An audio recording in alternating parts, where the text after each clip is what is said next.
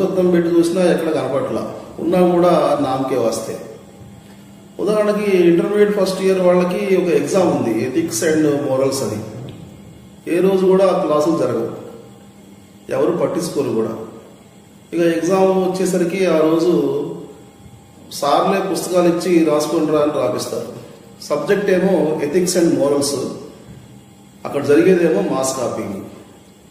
ఈ మార్కుల కోసం, ర్యాంకుల కోసం కొన్ని మేనేజ్మెంట్లు అడ్డదారి తొక్కటం, విలువలకి తిరోధకాలు ఇచ్చే టీచర్లు, ఇది ఈనాటి విద్యా వ్యవస్థ అస్తవ్యస్తమైన ఒక అవస్థ.